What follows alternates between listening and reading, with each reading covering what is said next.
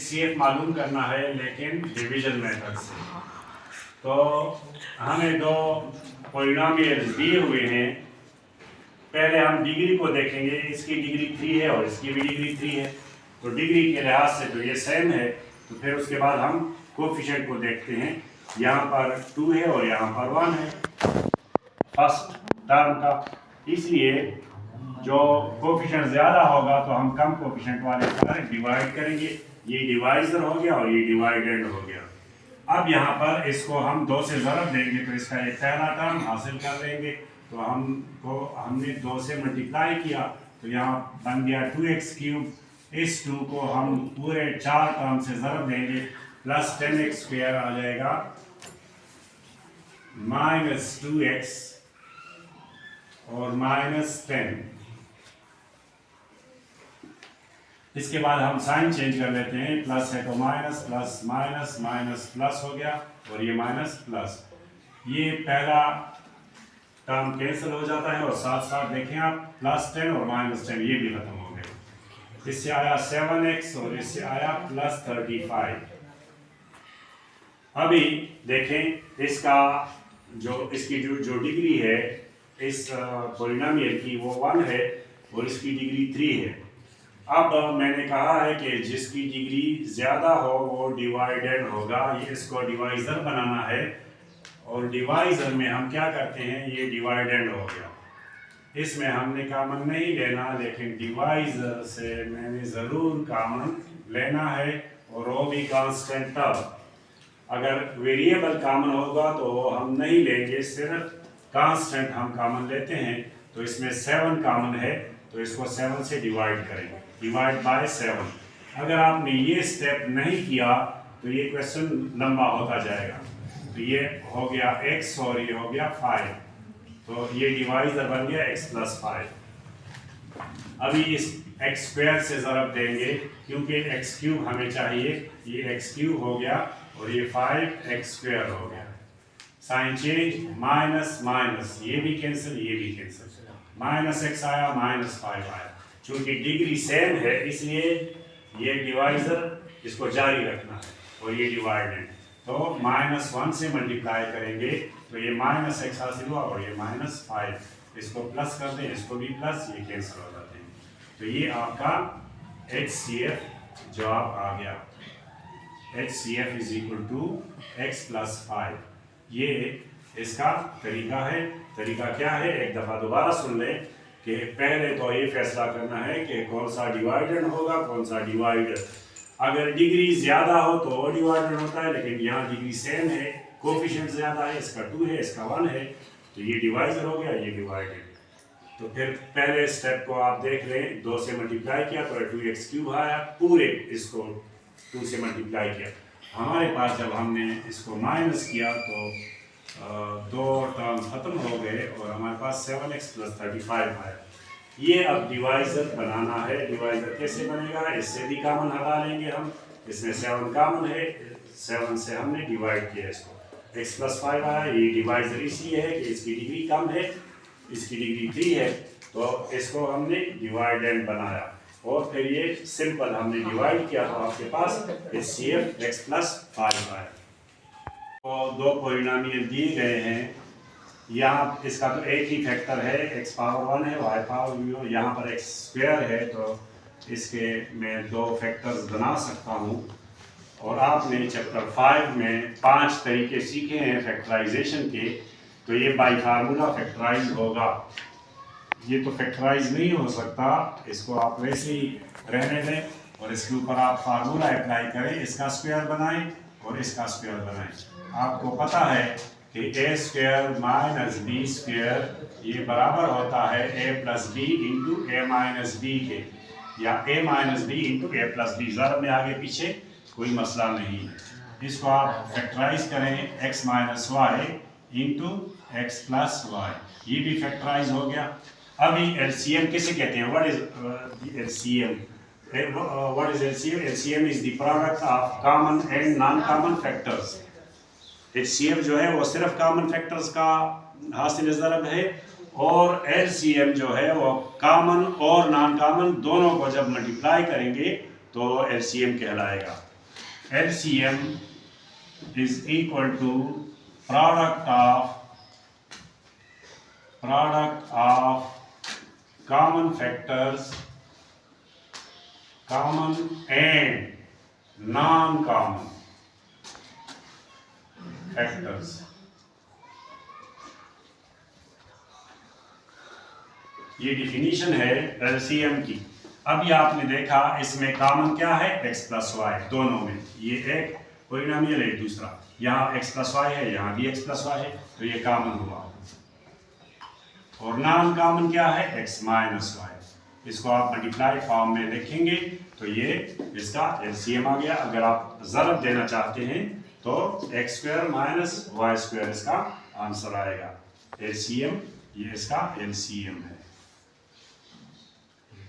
कुछ बचे है तो ये फैक्टराइज नहीं हो सकता, इसमें 3 फैक्टर्स हैं और ये बाई फार्मूला फैक्टराइज होगा। जैसे आपने 5th चैप्टर में सीखा है, फैक्टराइजेशन के 5 तरीके हैं। ये बाई फार्मूला फैक्टराइज होगा। तो इससे फार्मूला बनाएं, a cube minus B cube. तो हमें पता है कि a cube minus B cube किसके बराबर है, तो ये फार्मूला आप खोलें, a minus B into A square plus A B plus B square, ये इस फार्मूले के बराबर है। अभी आप a माइनस बी लिखें, a की जगह x है, b की जगह y है, तो x माइनस वाई, यानी a minus B into A square plus a into B plus B square. अब इसका स्क्वायर लेकर तीसरे टर्म में इसका जवाब आ जाएगा X square plus X Y plus Y square. अब इसका एलसीएम आप लिखेंगे, वो तो फैक्टराइज नहीं हो सकता और ये फैक्टराइज हो गया। LCM is the product of common and non common.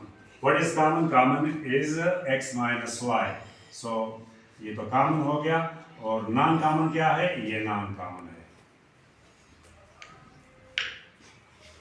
तो दोनों को मल्टीप्लाइड फॉर्म में लिखें तो ये एलसीएम हो गया, ये आपका जवाब आ गया। ऐसा क्वेश्चन है, क्वेश्चन नंबर 3 पार्ट 3। इसका फिर एलसीएम मालूम करना है, लेकिन हर एक को आप अलग अलग क्वेश्चन तस्वर करें जैसे आपको क्वेश्चन नंबर चैप्टर नंबर 5 में दिया गया है।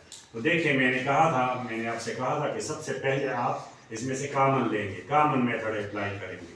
तो देखिए इसमें से x कॉमन है, तो आपके पास जो रह गया वो x4 रह गया और -1 रह गया।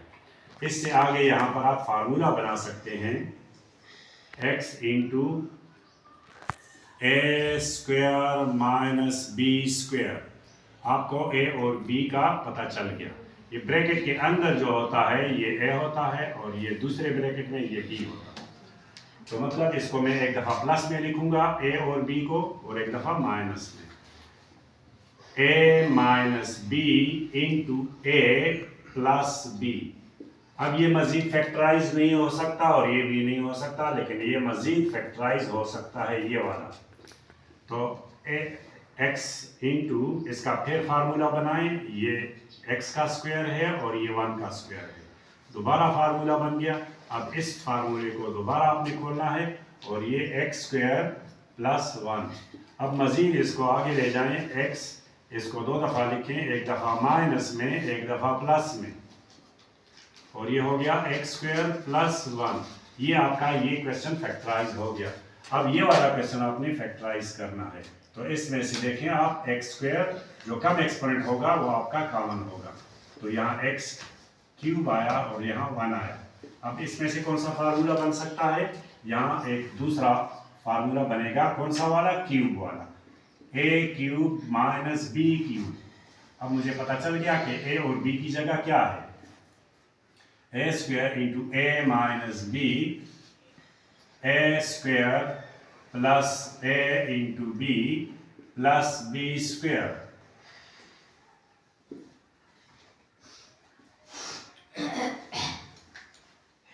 ए माइनस बी अपनी जगह, और जब इसका स्क्वायर लेंगे तो x स्क्वायर होगा, इनको मल्टीप्लाई करेंगे तो x आएगा और 1 का स्क्वायर 1 होता है, तो ये भी फैक्टराइज हो गया। अब ये आखिरी वाला, इसमें से x क्यूब कॉमन ले सकते हैं, तो क्या रह गया, x स्क्वायर रह गया माइनस 1 रह गया। जब आप इसको दोबारा इसमें से फार्मूला बनाएंगे तो x cube into A square minus B square. अब इसको दोबारा एक दफा प्लस में और एक दफा माइनस में लिख सकते हैं। अभी आपको मैंने बार बार कहा है कि एलसीएम किसे कहते हैं, the product of common and non common.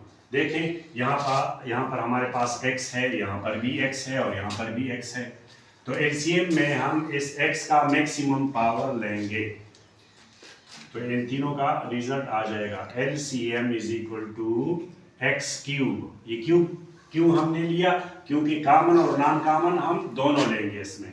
तो LCM में हम एक फैक्टर का सबसे जो बड़ा एक्सपोनेंट होता है वही हम लेते हैं, तो एक्स क्यूब तो जवाब आ गया। आप देखें, आप x minus 1 into x minus 1 into x minus 1, और इसका मैक्सिमम पावर x माइनस 1 ही है, उसका पावर 1 है।